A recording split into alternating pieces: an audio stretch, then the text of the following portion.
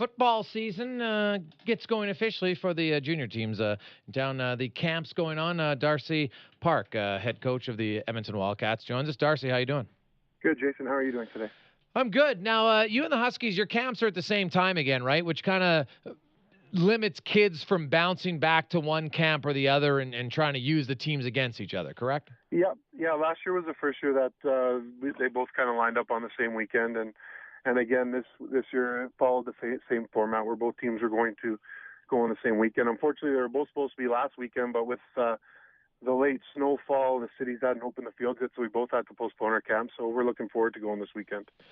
How many players coming to camp this year?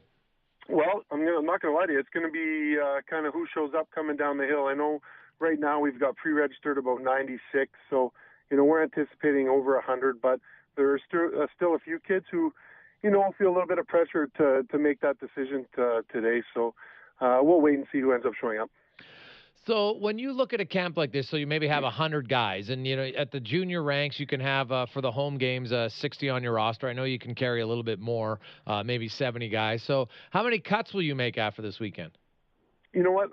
Just through experience, we've usually tried to bring back. We'd invite 80 back to camp. Okay. What we found is through the summer there'd be some attrition, whether maybe someone got into a faculty at another school or got a job that they couldn't turn down, and football, had to be put on the side for a bit. So we found that throughout the summer we've lost, 6 or 7 kids, and then, we get to enter our main camp, usually with around 75. And again, we'll try and trim that down to, 65, like you said. But, we've always said our rosters are so fluid that, if the kid gives us a reason to keep him around, we're going to try and find a way to keep as many as possible. What are your positions that you're looking to improve on your football team? What areas do you need help in? Well, what? One of the good things is we've been talking. We're returning 31 players from our playoff roster out of 40 when we carried in Saskatoon. So we think that's pretty good. Obviously, we hope that with everyone getting a year older, a little more mature, that we're going to improve there. But right now, obviously, we lost our rookie of the year last year, Jordan Samwell. He did end up doing an ACL injury in the second last game of the year and had surgery, so we'll be without him. So running back is going to be a little bit of a hole for us, but we're fortunate to have the 2009 Canadian Rookie of the Year coming back to our team. He spent 2011 at the University of Saskatchewan. His name's Jarrett Lambert. He'll be coming in. So, again, we feel very fortunate that we're going to be able to pop in a veteran guy into that spot, but we'll be looking for some young kids to step up. The head coach of the Edmonton Wildcats, Darcy Park, joins us. Darcy, last year, I guess, for you, and well, I guess for both teams in Edmonton, not the way you wanted. Talk about people look at it and say in junior hockey and in junior A in Calgary, people wonder why there's two teams. And if they had one team, they'd be infinitely better.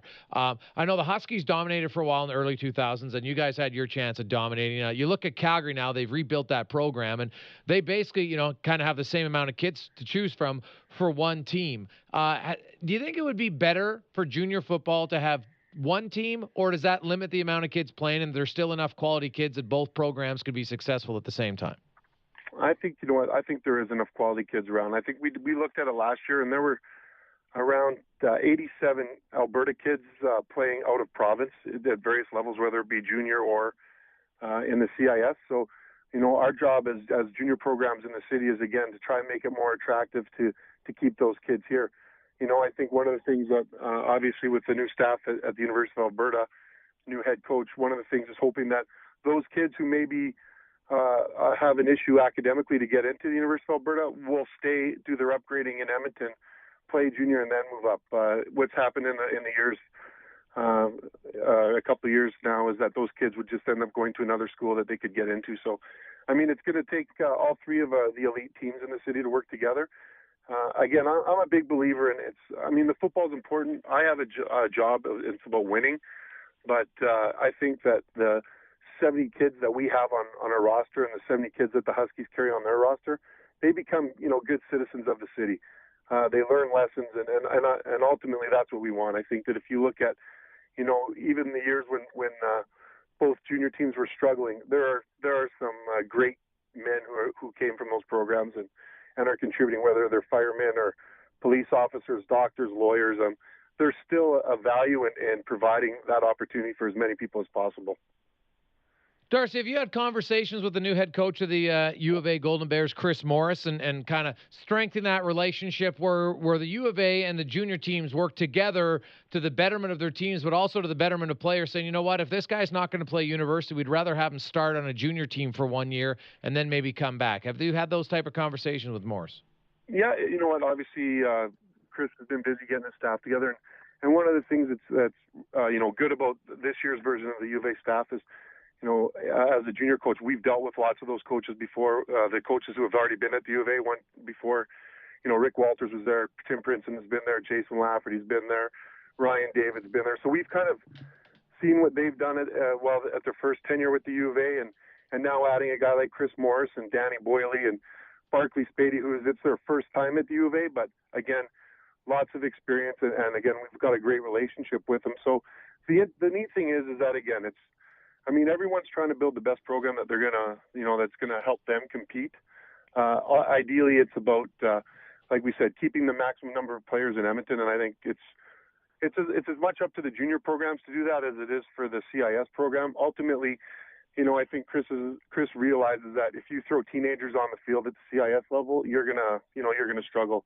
It's hard enough to win with teenagers in junior football, and the idea is to get that kid at 20 years old with 5 years of eligibility coming into your program, as opposed to a kid with 18 years of old with 5 years of eligibility. So the biggest thing is just making sure that we're identifying the kids that that are going to be able to step up and help him immediately, and then maybe that opens up that young kid to come to our program.